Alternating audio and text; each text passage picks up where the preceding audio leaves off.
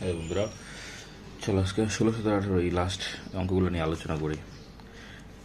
মাঝামাঝি একটি শ্রেণীতে গণসংখ্যা খুব বেশি হয়, বস্তুত উপাত্তসমূহের কেন্দ্রীয় মানের দিকে পুঞ্জীভূত হওয়ার এই প্রবণতাই হলো কেন্দ্রীয় প্রবণতা। এখন দেখো, কেন্দ্রীয় প্রবণতার পরিমাণ তিনটি: গাণিতিক গড়, মধ্যক এবং প্রচুরক।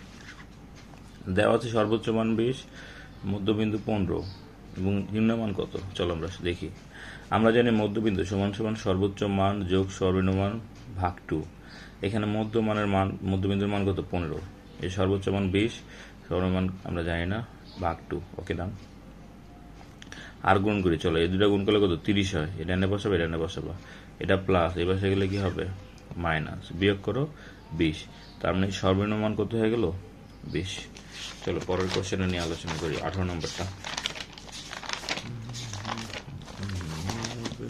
দেখো 18 নম্বরের কোশ্চেনটা কি ছিল? সর্বোচ্চ মান 50, পরিসর 71, সর্বনিম্ন মান কত?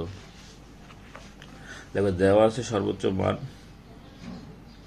50, পরিসর 71, সর্বনিম্ন মান কত?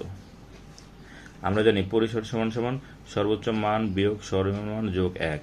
এখানে পরিসর আছে 71, সর্বোচ্চ মান আছে 50, সর্বনিম্ন মান জানি না, যোগ 1 লিখবা। এটা +1, এই পাশে গেলে -1, বিয়োগ করলে 70 হয়। 50 মাইনাস সর্বনিম্ন মান, এই 50টা প্লাস, এ পাশে গেলে কি মাইনাস, বিয়োগ করো 20 হয়ে যাবে। তাহলে এই মাইনাসটার এই পাশে নিয়ে পড়বা। হ্যাঁ, তাহলে সর্বনিম্ন সমান সমান -20। ঠিক আছে, তো এই অঙ্কগুলো তোমরা বারবার টেনে দেখে নিও।